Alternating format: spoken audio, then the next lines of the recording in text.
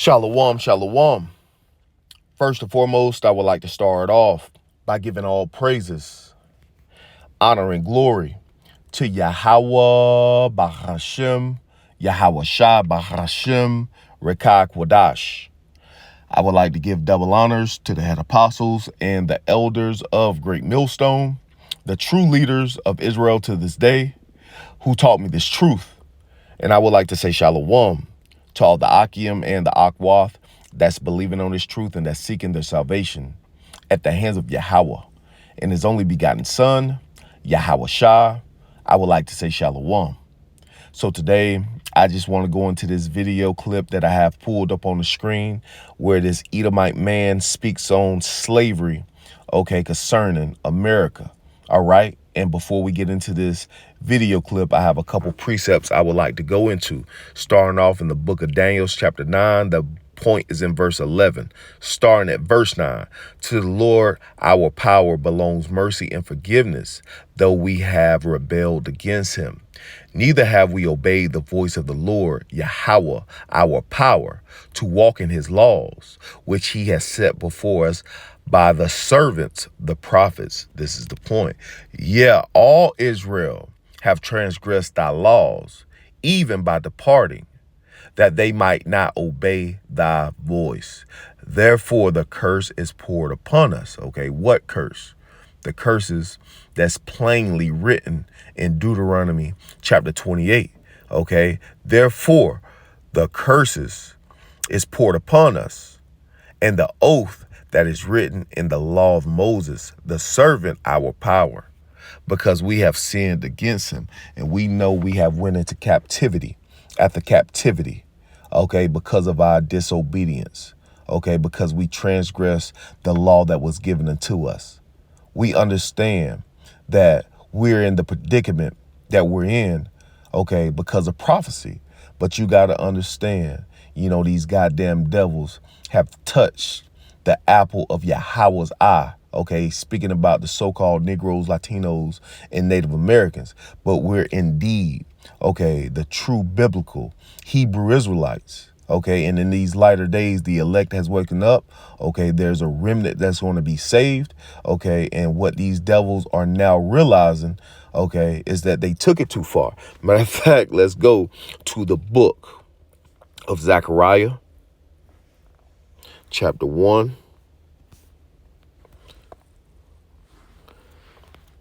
And we're going to read verse 15. These devils have took it way too far. And Yahawah Ba'Shem Yahawashi is not going to forget, all the ill dealings, and the treacherous acts that has been committed against his people. This is Zechariah chapter 1, verse 15. And I was very sore displeased with the heathen that are at ease, for I was but a little displeased, but they helped forward the affliction. These devils took it way too far. Took it way too far. And now that we're, approaching, the climax where prophecy is going to explode in the earth, these devils are complaining, against their forefathers. Matter of fact, let's go to the book of Ecclesiastes. It's written that you will complain about your forefathers. It's written, how, this stain, this blood stain is going to continue to follow you. All right, this is Sirach chapter 41. And we will start at verse 6. The inheritance of sinners, children, shall perish. And that's what's getting ready to happen. You goddamn devils, are getting ready to perish from the earth. We know that concerning prophecy, Babylon is getting ready to be wiped out. And the only people that's going to make it out of Babylon, which is America, is the elect of the nation of Israel. All you Edomites over here is getting ready to perish. Then you will be reborn, through the loins of the through the loins of the elite class of the Edomites, okay? And you're going to wake up you're going to wake up in captivity. And after 1,000 years of captivity, Esau, Edom will be eradicated out of the earth. Okay, that's what you have to look forward to. Okay, the inheritance of sinners' children shall perish, and their prosperity shall be a perpetual reproach. Okay, it's going to be a perpetual reproach. Verse 7. The children will complain of an ungodly father. All right, because they shall be reproached for his sake. All right, and that's what we're seeing happening. Okay, these Edomites want to talk about slavery now. Okay, you weren't talking about slavery when you was kicking Jake ass up and down the streets. Okay, when white supremacy was a thing. All right, now you want to speak about slavery. You want to ask for forgiveness. No, okay. Yahawashi is not gonna let you go. It's no matter of fact, it tells you in Hebrews. Okay. Esau have no place of repentance. Yahawashi is not gonna let this nigga go. This is Nahum 1. All right. And we'll start at verse 2. The Most High is jealous, and the Lord revengeth. The Lord revengeth and is furious. The Lord Yahawah, Bahashem Yahawashi, will take vengeance on his adversaries. Okay, and our top adversaries is Esau, Edom. Okay, and within that, okay, it will be the chief tribe, which is called Amalek. Okay, Yahawah Bahashem Yahawashi said he will have war with Amalek from generation to generation. Okay, and we're getting ready to see this play out, okay, on a very massive scale. Yahawah Bahashem Yahawashi is getting ready to send his son back, okay, to remove these goddamn devils from power. Okay, and you're going head first into slavery. There's a judgment written, all right?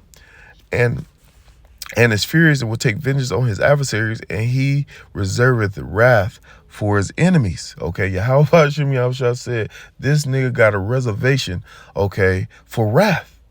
Verse 3, the Lord is slow to anger and great in power, and will not at all acquit the wicked. Okay, and we know who the wicked of the Bible is. Yeah, 2/3 of our people are wicked as fuck, okay, over here in Babylon the Great. But who is the wicked? Okay, who is the devil that the Bible speaks of? It would be none other than this goddamn self-proclaimed white man. All right, continuing on, okay, and will not at all acquit the wicked. The Lord has his way in the whirlwind and in the storms, in the clouds of the dust of his feet. So let's get into this video. All right, this is from Arrows of Indignation. 144, call Yahawah Bahashem Yahawashi. All right, let's play this short video clip. Slavery in America was not some abstract sin we can tidy up with footnotes and cartoons. It was a daily terror, a system built on the breaking of human beings until they were stripped of name, lineage, and hope. To be enslaved was to live every waking moment under the threat of violence so casual it was indistinguishable from the weather. A whip split your back for moving too slowly. A lash fell for daring to look a man in the eye. A child was sold away from his mother as easily as a mule, and the screams that followed were drowned out by the auctioneer's call for bids. There is no softening this. There is no clever spin that makes bondage preferable. It was a theft of life day after day for generations. Enslaved men and women were forced into fields before dawn, bending their bodies until their backs were warped, until their hands bled and toughened into knots of scar tissue. They harvested cotton in the heat of Mississippi summers, and rice in swamps, and tobacco that clung to their lungs like poison. They were denied shoes and medicine, denied even their own names, whipped for praying, whipped for speaking their mother tongue, whipped for showing the smallest flicker of resistance in their eyes. The women endured an additional hell. They were prey in their own cabins, subject to the whims of these masters. Rape was not an aberration, but an institution, a weapon used to produce more property children born already enslaved.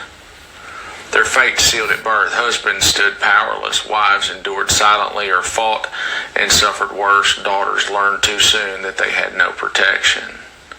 Every intimacy was violated. Every relationship was shadowed by the knowledge that it could be destroyed in an instant by a sales slip or an owner's desire. And yet still they carved out humanity where none was allowed. They sang spirituals in fields and carried codes for escape. They wove African rhythms into new songs that would one day give birth to the blues and gospel and jazz. They whispered stories at night to their children so that memory could outlive the overseer's lash. And they built resistance in the quiet and sometimes in fire and flight, reminding the world that no chain can fully hold the human spirit. There is no pain in this world like the scream of a mother watching her child carried off to the auction block. If you can imagine it, the sun beating down on the courthouse square, men in waistcoats laughing and tallying their bids, and in the middle of it all, a child pulled from the arms that bore them. Small hands reaching, a voice breaking, his mother collapsing as strangers drag away her baby. That child will never see her face again. He will be raised by those who see him as nothing more than labor and profit and property, and she will wake every morning for the rest of her life, still aching for the child she can no longer feed, her soul clawing at a void that can never be filled. And this was not rare. This was not an accident. This was the machinery of American slavery. Families were currency. Husbands were sold away from wives. Children sold away from both. Brothers and sisters scattered to the winds, and the ones left behind were forced to keep working in the fields while their hearts broke in silence. The masters called it business, but the enslaved called it hell. And when someone smugly says that slavery was better than being killed, ask them to answer this. Would you tell a mother that her child's sale was preferable to death? Would you look into the eyes of a father who watched his daughter dragged off into the arms of a leering master and say, at least she's alive? What kind of life is that? What kind of man calls that survival?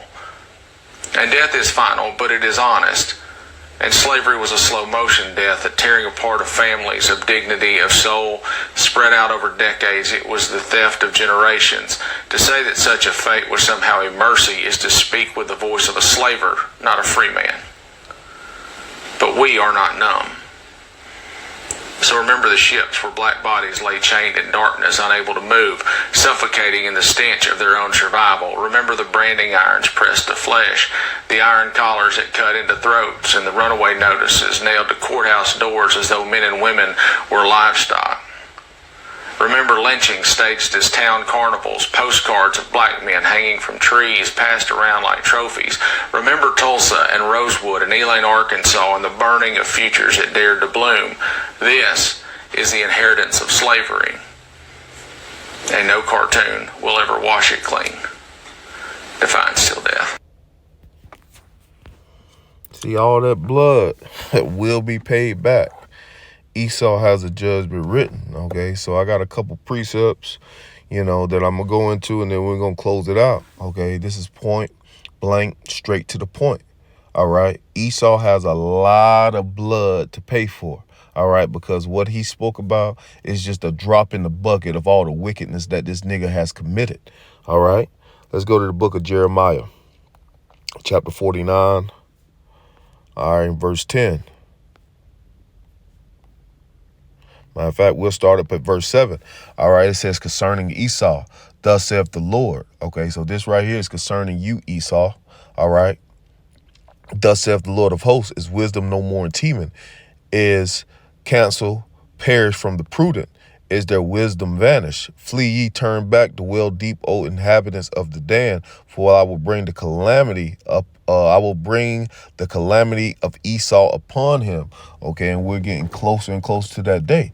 All right, and that's why these Edomites are now, speaking out, against what their forefathers have done. All right, because we're at the end of his world.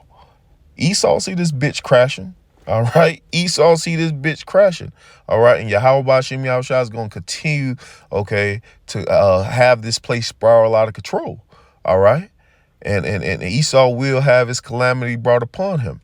All right. I will bring the calamity of Esau upon him, the time that I will visit him. Okay. See, we're in the time where Yahawashi is getting ready to visit, okay, the nation of Esau, Edom, okay, and the other nations. All right. If grape gatherers come to thee, would they not leave some gleaning grapes? If thieves by night, they will destroy till they had enough. I have made Esau bare. All right. This nigga has been made bare in these last days. I have uncovered his secret places, and he shall not be able to hide himself. Okay, this devil cannot remove himself from all the ill dealings, okay, and treacherous acts he have committed. Okay, he cannot remove himself from his biblical nationality. Okay, he cannot remove himself from all the bloodshed that he has committed. All right.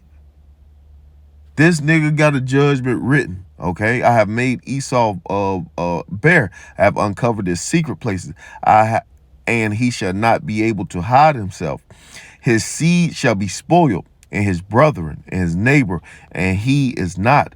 Leave the fatherless children. I will preserve them alive, and let their widows trust in me. For thus saith the Lord, behold, thy judgment that Salakia, they whose judgment was not to drink of the cup have assuredly drunken. Okay, and that's speaking about the Israelites. Okay, drunken of that cup of lamentations, mourning, and woes. Okay, drunken of that cup of slavery. All right, you know, being at the very bottom. Okay, where you have no power. All right. See, Jake has went through that, and that's why we started off in the book of Daniel's, okay, chapter 9.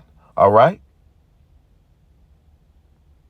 You know, Yahawashi poured out those poured out his fierce anger upon us. Okay.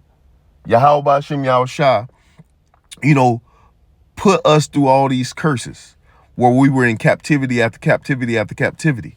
All right. Continuing on. And art thou he that shall altogether go unpunished? Okay, and that's a question. Should you go unpunished for everything you have committed? Okay. Continuing on. Thou should not go unpunished, but thou shalt surely drink of it. Okay. You're going to surely drink, okay, of this cup. For I have sworn by myself, saith the Lord, Yahawashi, that Basra shall become a desolation. All right. See, that's going to be the beginning of your judgment. Okay. America, Babylon the Great is going to become a desolation. Okay. This is going to be a memorial. Okay. For what happens to a wicked king. This is going to be a great desert after Yahawashi is done with it. Okay. And we quickly approaching that day. Okay. Basra is about to become a desolation, a reproach, a waste, and a curse, and all the cities thereof shall be a perpetual waste. Let's go to the book of Ezekiel 25.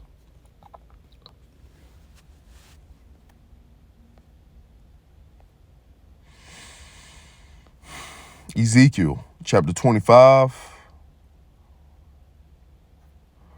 and 12, it says, thus saith the Lord power, because that Edom has dealt against the house of Judah by taking vengeance. Okay. And in that video, you heard, you know, the things that this goddamn Edomite was saying. Okay. And like I said, that's just a drop in the bucket of all the wicked shit they have done.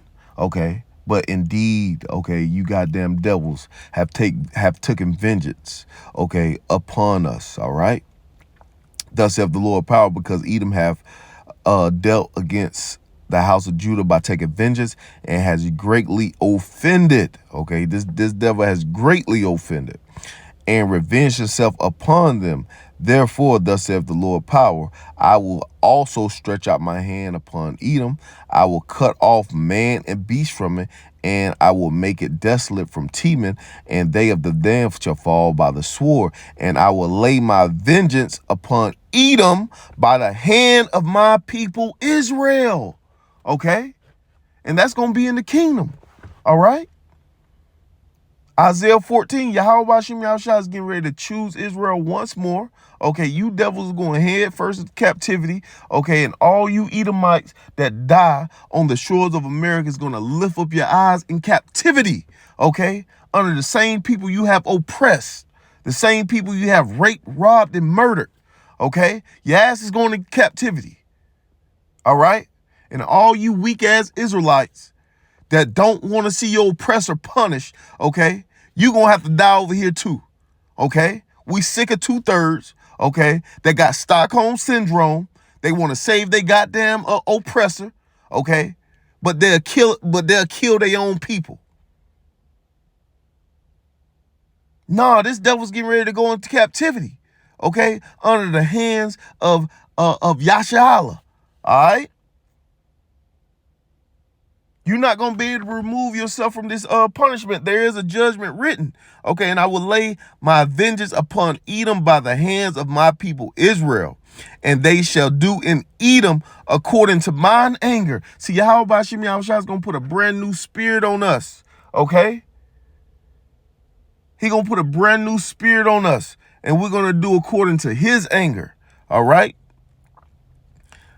Continuing on.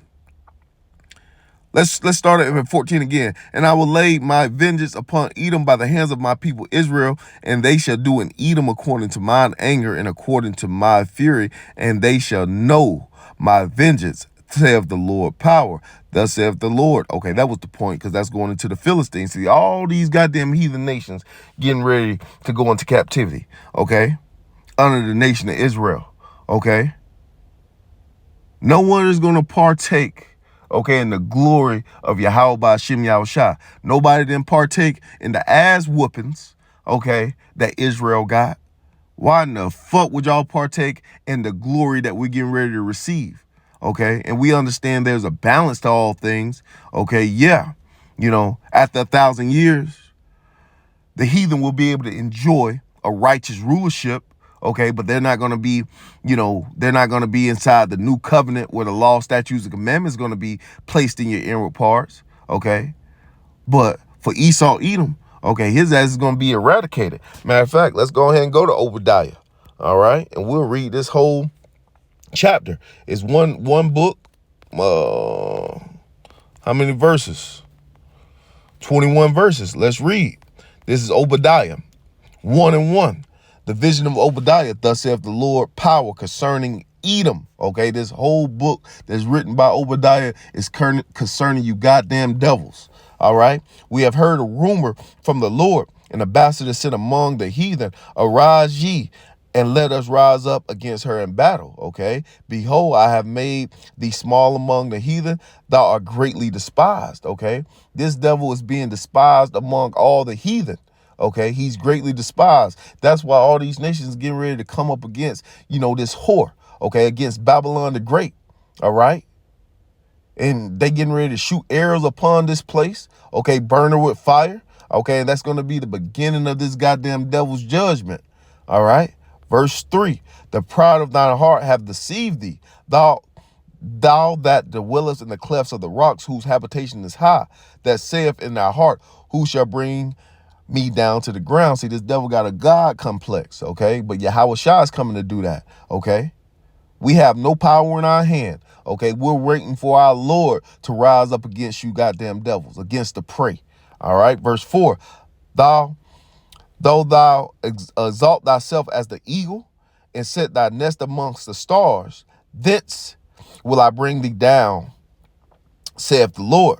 If thieves come to thee, if robbers by night, how art thou cut off?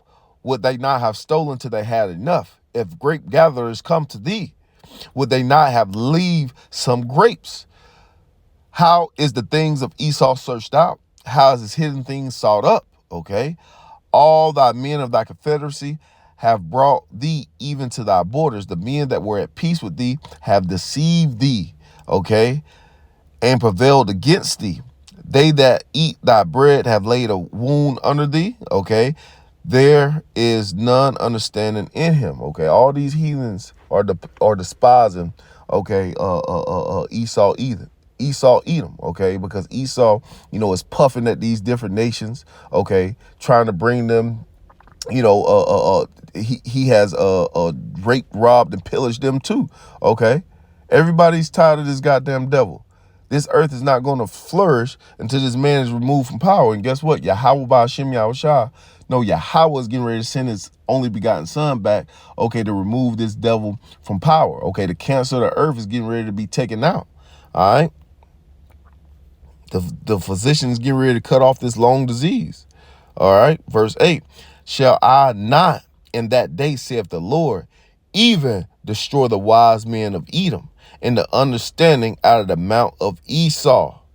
And they and thy mighty men, O Teman, shall be dismayed, to the end that every one of the mount of Esau may be cut off by slaughter. Do you hear that? It says, may everyone, okay, in the mount of Esau be cut off by slaughter. And that's why it tells you in the book of Isaiah 14 and 21, prepare slaughter. Let's get that. All right. Isaiah 14 and 21. It says, prepare slaughter for his children, for the iniquities of their fathers. Okay, because what these goddamn Edomites over here don't realize, okay, you are your father.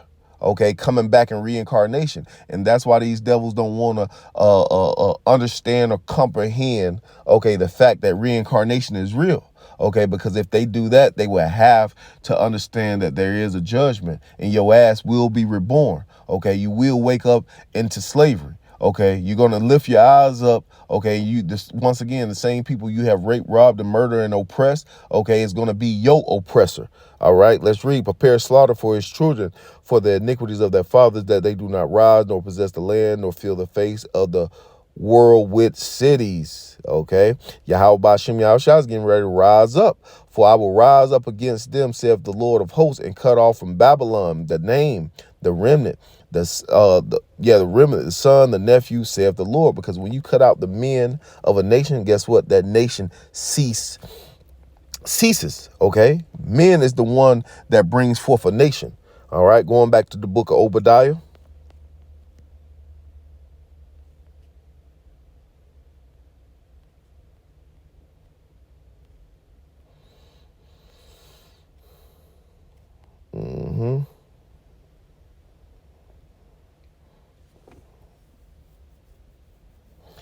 Verse 9 again, and thou, mighty men, O Teman, shall be dismayed, to the end that every one of the mount of Esau may be cut off by slaughter. And this is why.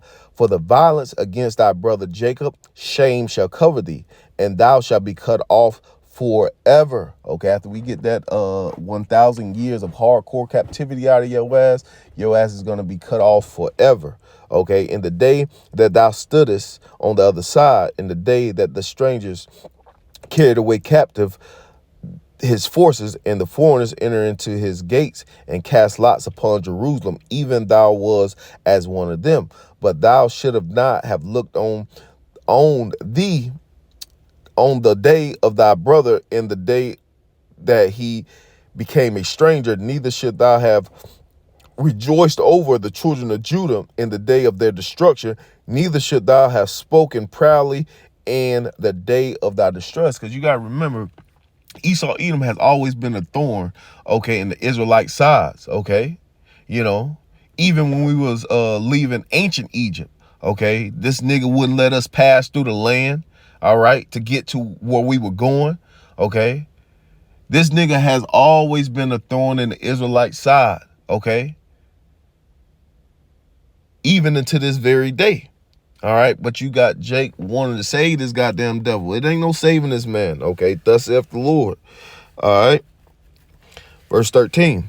Thou should not have entered into the gates of my people in the day of their calamity. Yeah, thou should not have looked on their affliction in the day of their calamity, nor have laid hands on their substance in the day of their calamity. Neither should they have stood in the crossways to cut off those that that did escape.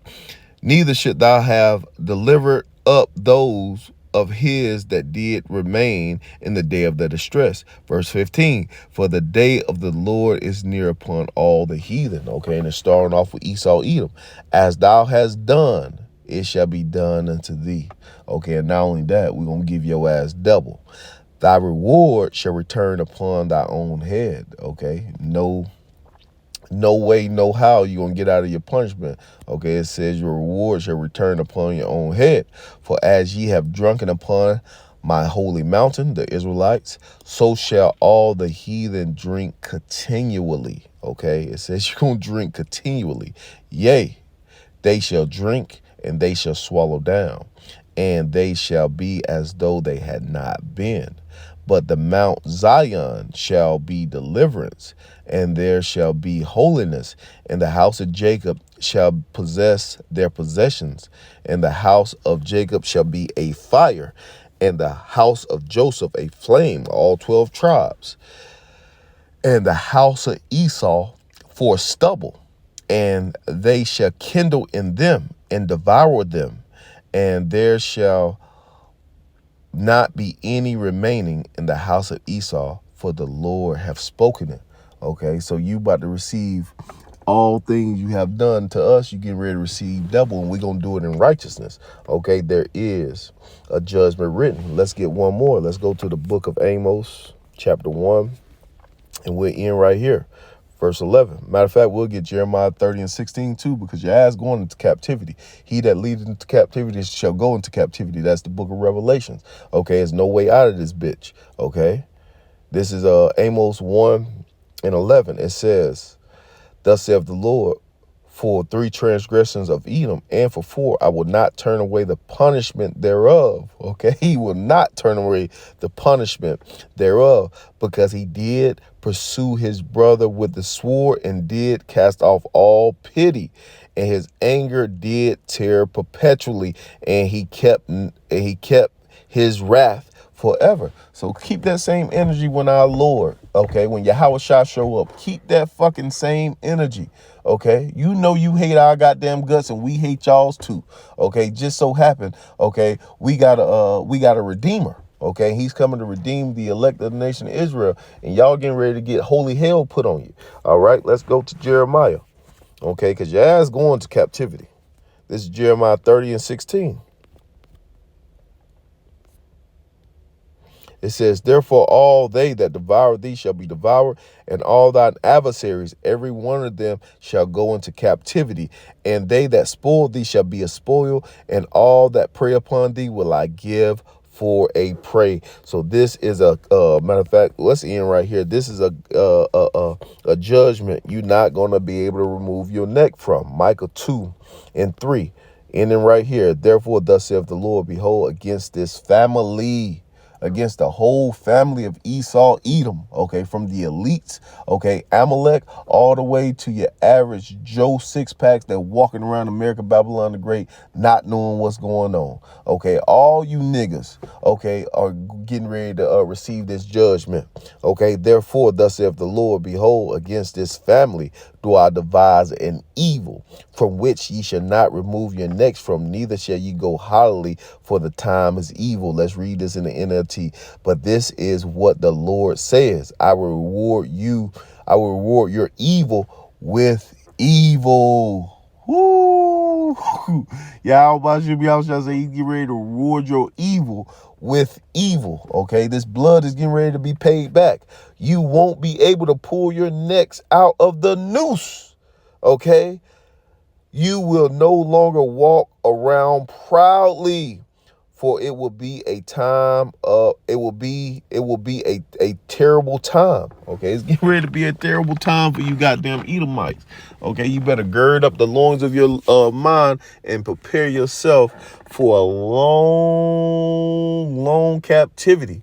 Okay, because just as how brutal, okay, the captivity of the nation of Israel was, guess what? It's going to be a new record in the earth for the worst captivity known to man, and it's going to be received by, okay, Esau, Edom.